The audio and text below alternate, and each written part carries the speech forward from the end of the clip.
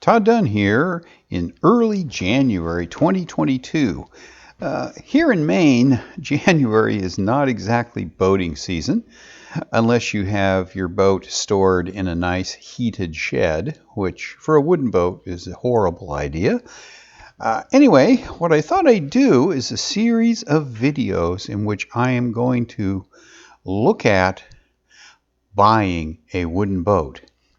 I'm going to make the presumption that you're a first-time wooden boat buyer and don't know a whole lot about wooden boats, so this series of videos is going to walk you through some of the information you need to make an informed decision about buying a wooden boat. And I'm going to start by talking about how wooden boats are built. Now, there are a bunch of different boat building methods, and I'm going to introduce the more common ones. And I'm not going to go into excruciating detail about any of the methods, but I'm going to sort of summarize what the procedure is, what some of the pluses of that method of boat building are, and what some of the negatives are. So let's get started on different wooden boat hull construction methods. Today, I'm just going to talk about 5 boat construction methods. These are the ones you're most likely to find if you're looking at a larger wooden boat. Now, there are a number of methods in addition to these that apply most frequently to much smaller boats, and I'm not going to talk about those except in passing. So what are we going to talk about today? First off, Carvel plank on frame construction. This is a very common construction method you'll find for larger wooden boats, a very traditional method. The next method we'll talk about is Lapstrake planking. This is not as common, but you'll find some boats out there, for example, the folk boat type sailboats, or if you happen to be buying a Viking ship, well, it'll probably be built using Lapstrake planking. Then there's strip planking. This is a very nice method that's been used for quite a while, and there are quite a few fairly nice strip plank built boats out there. Then plywood construction. And in plywood construction, we're talking about using large sheets of plywood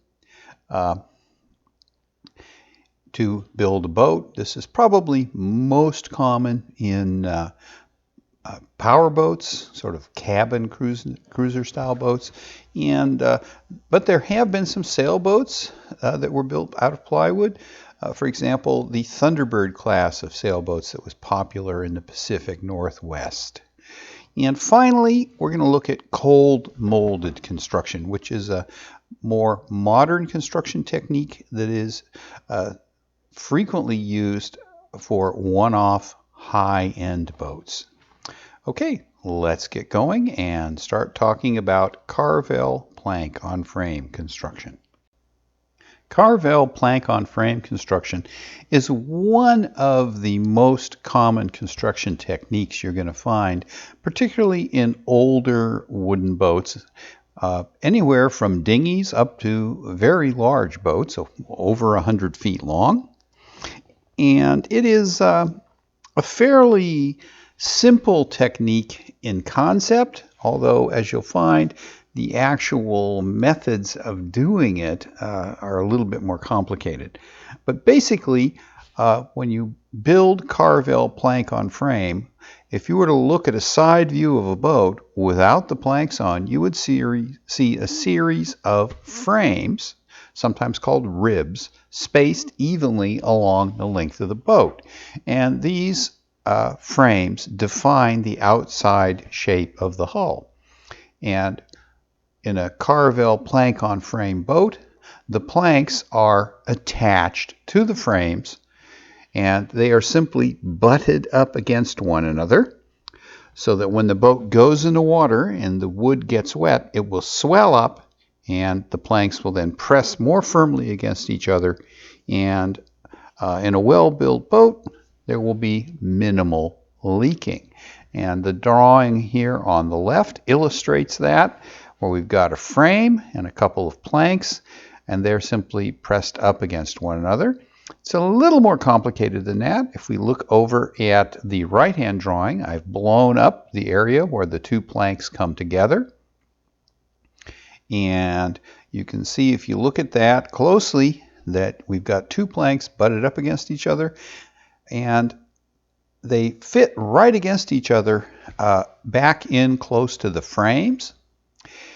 But then one of the planks will have a little bevel cut on the edge that's up against the other plank. So there'll be a gap in there. The yellow material is caulking material. In this case, I've referred to it as caulking cotton, which is just cotton fibers that are hammered into the gap to fill this outer gap between the planks and firmly lock the two planks together. And then on top of that, I've got a little bit of blue showing, and that is what's called seam compound, which is just a putty that's put into the seam between the two planks to protect the cotton caulking and keep it in place, and also fair out the surface a little bit. Some boats are built with the seam compound indented so that you can see the seams. Some boats are built with the seam compound flush with the surface of the planks so that you, in an ideal world, can't see the seams. Now the planks are attached to the frames with some sort of fastener.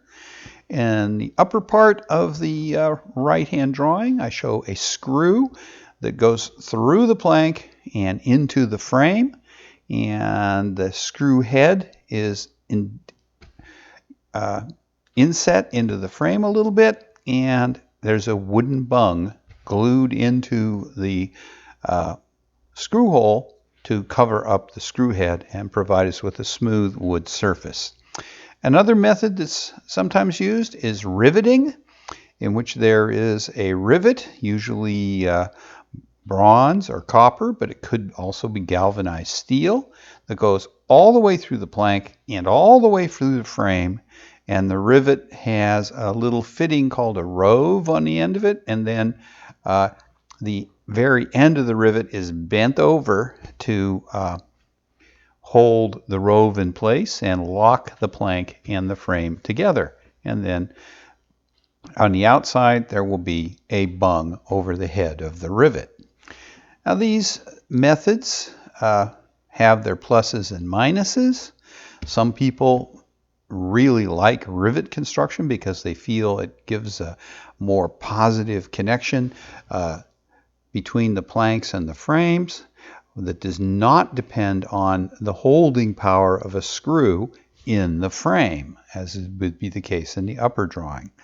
And some people prefer screws because one person can put the screws in because you simply install them from the outside of the boat, but two people are required to rivet a boat. One person to hold the head of the rivet at the bottom of the hole that it's in, and another person to put the rove on and then hammer the end of the rivet over to hold the rove in place.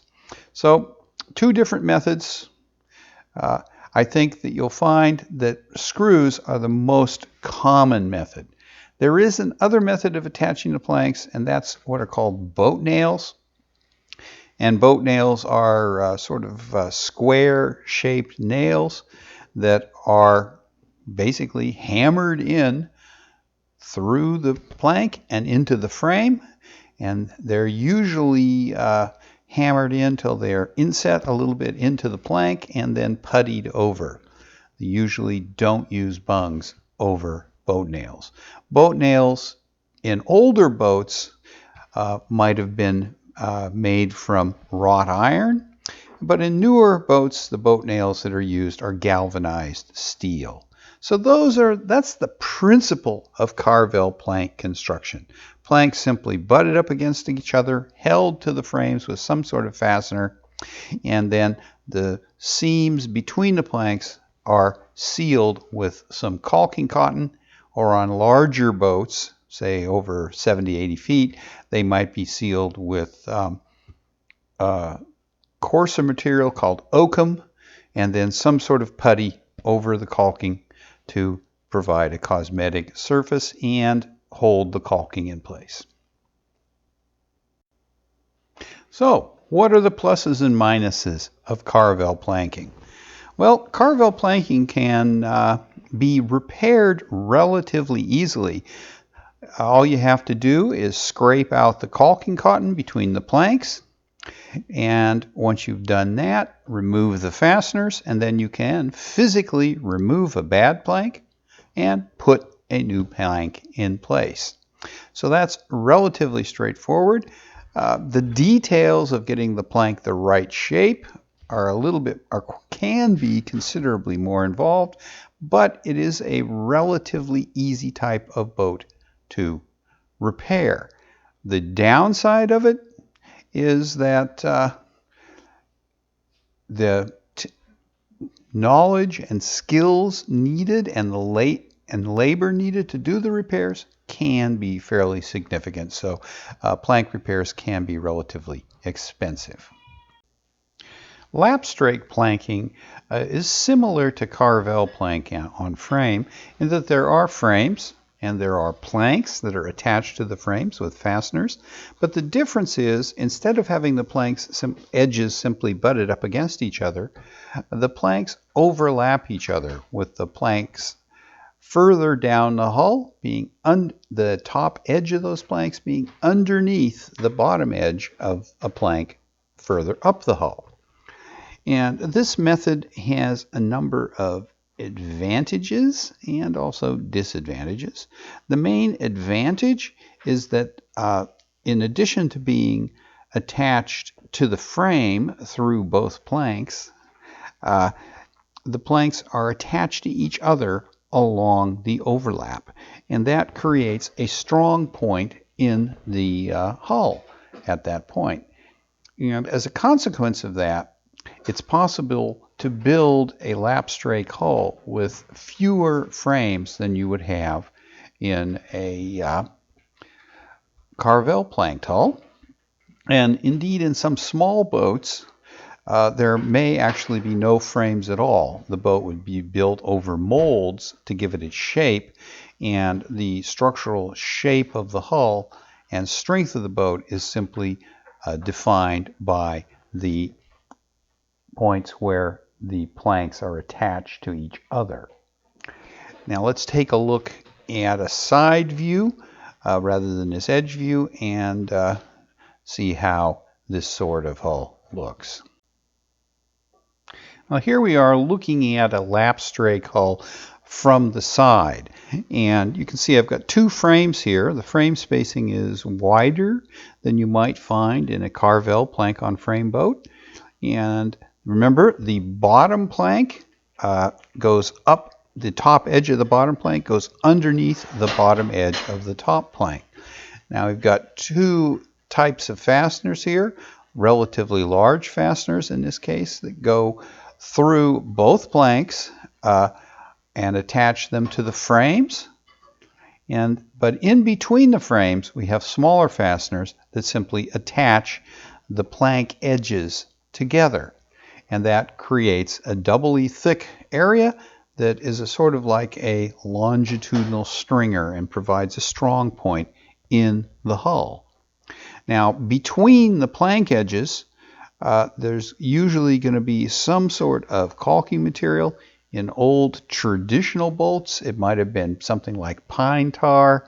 In more modern boats, it might be a urethane caulk that also acts as a glue, or it might even be epoxy where the individual frames plank. And it might even be epoxy where the individual planks are glued together. And that's very common in smaller boats. And this brings up the question of what sort of wood is used for this. In a traditional boat, this would be solid wood planks.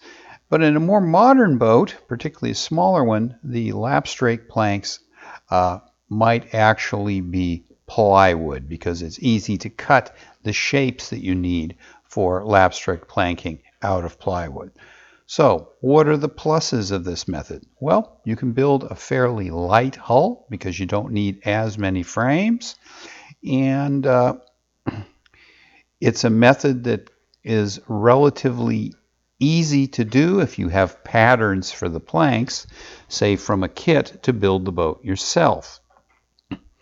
The negatives of it are that it's much more difficult to repair than a Carvel planked hull, in that you have to separate the fastenings between the upper and lower planks at each joint, and also the fastenings holding the planks to the frames before you can remove a bad piece of plank and then shape a new piece to replace it. The next method I want to talk about is strip plank construction. Strip plank construction is basically the same as Carvel plank on frame construction, except that the planks are all the same width everywhere, and they're much narrower than they are in Carvel plank construction. And that allows the planks to be bent down to adopt the curvature of the hull very relatively easily. Even in a, say, 40-foot boat, the planks might only be 1.5 inches wide. So there are lots of planks, and they can be the full length of the boat. You can glue individual planks together to make a plank the full length of the boat and just put them on the boat one at a time.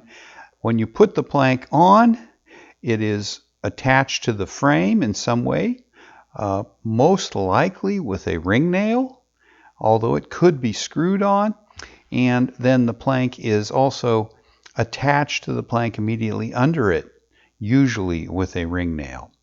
So this is a very quick construction method, and it doesn't require quite as much skill as other methods, and it's a good method to get a nice fair hull fairly quickly. Now, another aspect of it is in older boats, the planks may actually be laid up dry with nothing between them. But in newer boats, they're usually going to be glued together, most likely with epoxy, although it's possible that some sort of urethane caulk might have been used, which is also a good glue. And in an older boat, swelling of the individual planks against each other is what makes them watertight. So these older strip plank boats can dry out and leak quite a bit if they're out of the water. A newer boat with the planks epoxied together makes a nice monocoque hull. In essence, when you're finished, you have a one-piece hull that should be very watertight. The downside of strip plank construction, particularly the older methods where the planks are nailed together, not glued, and even the modern glued strip plank construction, the planks are nailed together, is that it's difficult to repair a bad plank, because if you say tried to remove one of the planks in the middle of my little drawing here, you have to cut through the fasteners from between it and the plank below it and the plank above it, and then put a new plank in. The problem with that is that there's no way to fasten a new plank to the planks above and below it. And if the boat was not glued between the planks, if you epoxy that new plank in, it is going to create a hard spot in the hull, which could be an issue in the future. But this is a method that you will find, particularly on older, if you will, sort of home-built boats, because, as I said, it's a relatively quick method, and it doesn't take as much skill as a Carvel plank on frame boat. The next method I want to talk about is plywood construction. Now, plywood construction is pretty basic. Basically, what you do is you set up the shape of the boat with frames bulkheads, or temporary molds. And then you bend sheets of plywood onto the frames, bulkheads, and molds, and attach the sheets of plywood to the frames and bulkheads. And if necessary, you can temporarily attach them to the molds. And the bent sheets of plywood become quite stiff and strong and provide the main strength of the hull. Some of the details that are important in plywood construction are how are the sheets of plywood attached to the frames and bulkheads. And they can be screwed on, or in some cases, in cheaper boats, they may simply be nailed on with ring nails. This makes a plywood construction a very quick way to build a hull, but it also, because of the inherent stiffness of a sheet of plywood, is constrained a little bit in what kind of boat is built with it. Basically, plywood construction is suitable for boats that have fairly large, relatively flat, in other words, not strongly curved areas on the hull, where a piece of plywood can be conformed to the hull shape, and boats that have what are called hard chines rather than rounded bottoms, such as a lot of power boats and some relatively simple sailboat designs. So plywood construction, as I said, provides a relatively quick method of building a boat, and it is quite strong and builds a very light boat. Another factor in plywood construction is how are the plywood sheets joined to each other. The simplest method is what's called a butt joint, where two pieces of plywood are simply butted up against each other and along, for example, a frame that they're both attached to. There may or may not be glue or some sort of caulking compound along the butt joint. And another method is called a scarf joint, in which an angle is cut at the edge of the plywood along the length of the edge, and a matching angle is cut in the adjacent sheet, and the two sheets are overlapped along this scarf and glued together, usually with epoxy, essentially making the two sheets into one sheet. What are as I said, the main advantage of plywood boats is that they're relatively quick to build, and they are comparatively light compared to other construction methods. One of the disadvantages is they're relatively difficult to repair because you've got relatively big sheets of plywood, and ideally you'd like to replace probably the whole sheet of plywood if something is wrong with one little bit, although it's possible to replace areas within the plywood, but you need to build your own plywood to match the whole if you do that. And another issue with plywood boats is the edges of the sheets of plywood, where the end grain of the wood is exposed.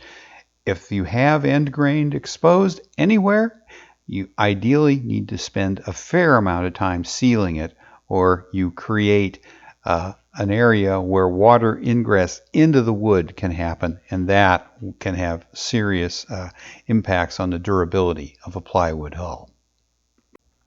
The final construction method I want to talk about is cold molded construction. In this method, the shape of the hull is defined by a set of temporary molds, which in effect are temporary frames, usually sheets of plywood that have been cut to show the shape of the hull at various places along its length that are set up. And then strips of thin wood veneer are usually stapled to the molds to form a layer. And in this picture, I have shown two layers of strips of wood. The first layer on the right, which extends under the second layer, are literally stapled to the molds, and they are butted up against each other. The thickness of the veneers depends on how big the hull is. They could be as thin as a 1/16 of an inch in a small dinghy, or up to even, say, 3/16 of an inch, or maybe even 1/4 of an inch on a large hull. But they're fairly long and narrow, so that they will conform to the shape of the hull. So once you get the first layer of veneer strips attached to the molds, it's sanded down to make it fair, and the second layer is put on in a different orientation, and the second layer of strips is attached to the first layer, usually with epoxy, and it's stapled through. Now the second layer is put on in a different orientation than the first layer, and the strips are coated with epoxy and glued to the first layer, and also held in place usually with staples. And once the epoxy is cured, the staples are removed, or if they were plastic staples, they're left in place, and the surface of the layer is sanded fair. And layers are added as needed to get the desired thickness of the hull, and the result is that you end up with, in essence, a plywood hull that is built out of a single piece of plywood, because what you're doing here is, in essence, making plywood, but it's the shape of your hull, and the hull is one piece of plywood, so you get a monocoque hull. When we've finished putting all the layers on and have faired it out, usually the outside is fiberglassed to make it completely watertight and to keep water from getting into the wood layers. And then it's taken off of the molds, and the inside is also fiberglassed. So the result is a monocoque plywood hull reinforced with fiberglass inside and out to make it completely waterproof both ways. And there are no frames. And then the interior of the boat is built inside the hull. This method can be used to build one-off hulls, since you don't need any kind of special mold to build it around. It is extremely labor intensive, which is probably the biggest negative associated with it. But once a cold molded hull is finished, because of the layers of fiberglass inside and out, it doesn't have some of the disadvantages of other wood hulls in that it doesn't rot, and it has essentially zero maintenance other than making sure that any damage to the fiberglass layer is repaired quickly before water can get into the wood layers. So cold molded construction is sort of the modern high-end construction method for wooden boats. I'm going to wrap up the material here by talking a little bit about wood types and fastener types. Basically, let's look at planking first. Planking is strongly dependent on where a boat was built. A lot of East Coast built boats are planked with Eastern white cedar. West Coast boats tend to be planked with Western red cedar, Port Orford cedar, Alaskan yellow cedar, and other boats, such as Chris Crafts, are often planked with mahogany. And other woods that have been used include Douglas fir. My boat Tortuga, for example, is planked with Douglas fir, and teak. I wouldn't recommend necessarily buying a teak planked boat, because if you ever have to replace any planking, it's going to cost a fortune. Typical wood used for frames, which we haven't talked about except as places to attach planks to, include white oak, which is probably the most common because it's very rot resistant. Any rot resistant hardwood is acceptable, and I've seen laminated Douglas fir frames. And another material that's used occasionally, although not a lot, is live oak. What about fasteners? Well, basically there are two primary types of fasteners that are used fairly commonly: screws and nails. Rivets are also used. They're not as common. When rivets are used, they're usually either copper or silicon bronze. Screws are made mostly from silicon bronze or galvanized steel. Either works fine, but you should never mix them in the same boat. Above the waterline, where the wood is not going to be wet, it's okay to use either 304 or 316 stainless steel, but it should never be used below the waterline.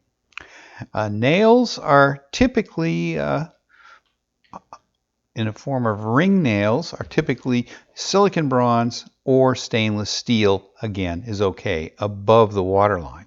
And boat nails, if you have to use them, are normally galvanized steel. Well, I hope you found this summary of the most common hull building techniques to be interesting and useful. I would have to say there's no reason to prefer one style of hull construction over another. Although if you want the lowest possible maintenance wooden hull, then obviously you want a cold molded hull. And the easiest wooden hull to work on is probably a Carvel planked hull, because you can take any individual piece out relatively easily. Anyway, the next video we're going to look at deck structures and cabin tops and a little bit about how they're built and what the different methods are there. So, I want to say thank you for watching.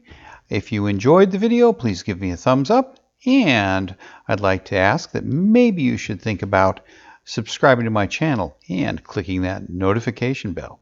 Thanks again for watching.